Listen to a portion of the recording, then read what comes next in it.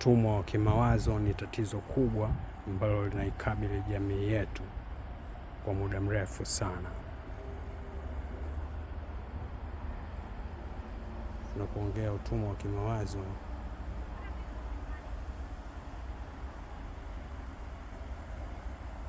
na matatizo ya aina nyingi sana ambayo yanaendelea katika jamii yetu kila siku, kila kukicha, kila kukichu. Matatizo ya utumwa wa kimawazo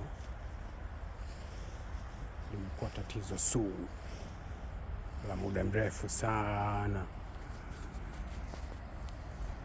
Kwa hiyo hatuna budi kujikomboa, ndugu zangu. Tufanye kila liwezekanalo tujitoe katika utumwa huu wa kimawazo. Emancipate yourself from mental slavery.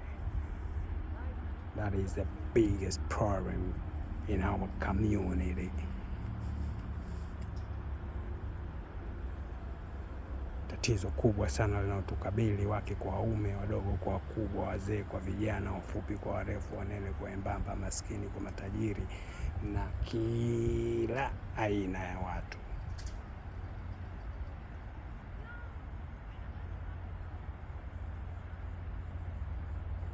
Tujikomboe katika utumwa huu wa kimawazo ili tuweze kupiga hatua mbele. Ndio tatizo kubwa ambalo linatusababisha Waafrika kuwa hapa tulipo, ni utumwa wa kimawazo. Utumwa wa kimawazo ndio tatizo kubwa sana ambalo linaturudisha nyuma sana jamii yetu ya Kiafrika. Utakuta mtu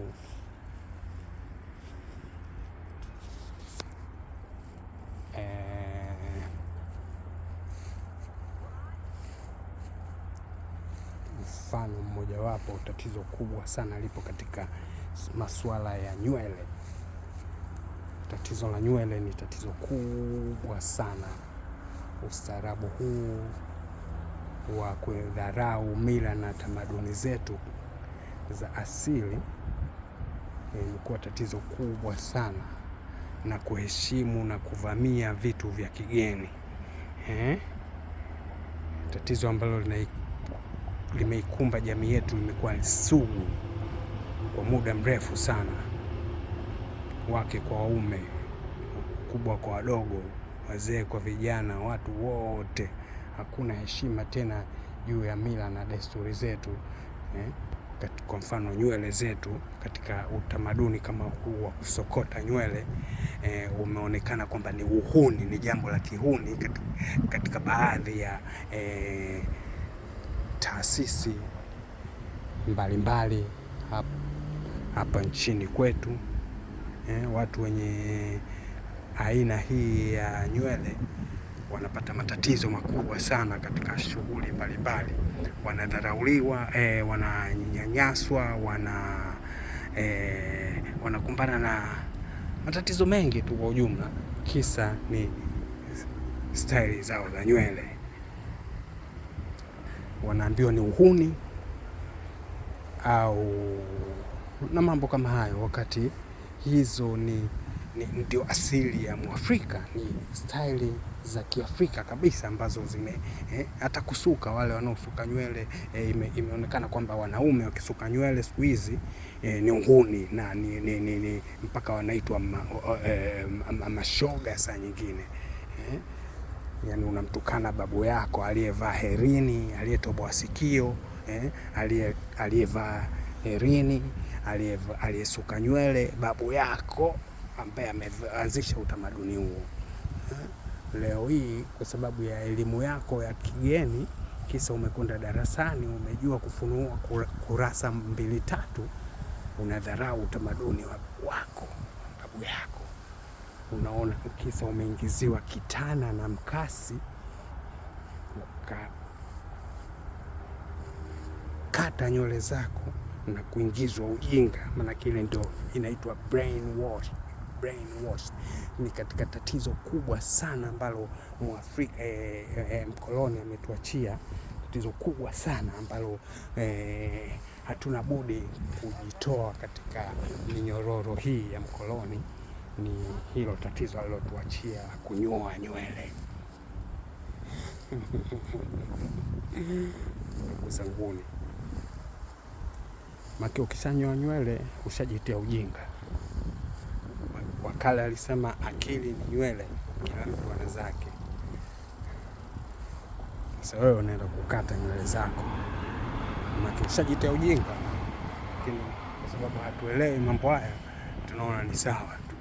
Tunawakata watoto wetu nywele kwa nguvu katika taasisi mbalimbali, shule mbalimbali. Watoto hawaruhusiwi kwenda na staili zao za Kiafrika. Imekuwa ni tatizo kubwa sana. Nakumbuka tangu tulipokuwa shuleni tulikuwa tunanyanyaswa sana, tunakatwa nywele. Mtu unatakiwa aidha uchane au unyoe. Yaani ndio unatiwa ujinga bila wewe mwenyewe kujijua. Haya ni yote ni makosa ya kikoloni. Haya vyote ni vitu ambavyo tuliingiziwa na mkoloni, ndugu zanguni. Ili kugandamiza na kutoa ufahamu wako wewe Mwafrika. Leo hii unaonekana eti ili uwe mtanashati ni lazima unyoe nywele zako. Ukiwa na style nyingine ya kusuka au kusokota, basi wewe unaitwa mhuni au utapewa majina mengine ya ajabu ya kujikataa mwenyewe. Hii ni self hate. Tuachane na mambo haya ndugu zanguni. Unajichukia mwenyewe. Ni tatizo kubwa sana katika jamii yetu, tatizo la self hate ambalo tumeangiziwa na wakoloni. Ndio urithi tulioachiwa huo, wa kujichukia mwenyewe. Kwa hiyo ndugu zanguni, leo ni video fupi tu ya habari hii ya utumwa wa kimawazo ambao ni tatizo kubwa sana katika jamii yetu ya Kiafrika, ambayo tunatakiwa tuachane nayo kwa ujumla haraka iwezekanavyo. Tujikomboe katika utumwa wa kimawazo, kama alivyosema brother wangu Mr. Barham Selassie au Robert Nesta Marley, wengi wanamfahamu kwa jina la Bob Marley. Rise in power my bro. Alisema emancipate yourself from mental slavery, na ndio maana halisi ya ujumbe huu. Ikomboe katika utumwa wa kimawazo. Bila hivyo basi tutaendelea kuwa watumwa miaka nenda rudi. Na ndio tatizo kubwa, hatupigi hatua yote Afrika kwa sababu bado tuna tatizo hilo la mental slavery. Ndio tatizo kubwa linalotusumbua Afrika, na tunahitaji kuondoka katika minyororo hiyo ili tuweze kusonga mbele. Ni tatizo la Afrika nzima hili, wala si tatizo la Tanzania pekee. Hapana, ni tatizo la Afrika nzima, mental slavery. Lazima tujikwamue katika suala hilo ili tuweze kusonga mbele. Ndio hatua ya kwanza kabisa. Hatua ya kwanza ni kujikomboa katika mental slavery, na ndio inatukwamisha Afrika. Tulikimbilia kujikomboa physical, tukasahau mental. Na ndio tatizo kubwa sana linatubana, na hatutaweza kwenda popote bila kujirekebisha katika swala hilo, ndugu zangu, popote mlipo. Sawa? Hiyo. Hiyo. Magosa Ryan.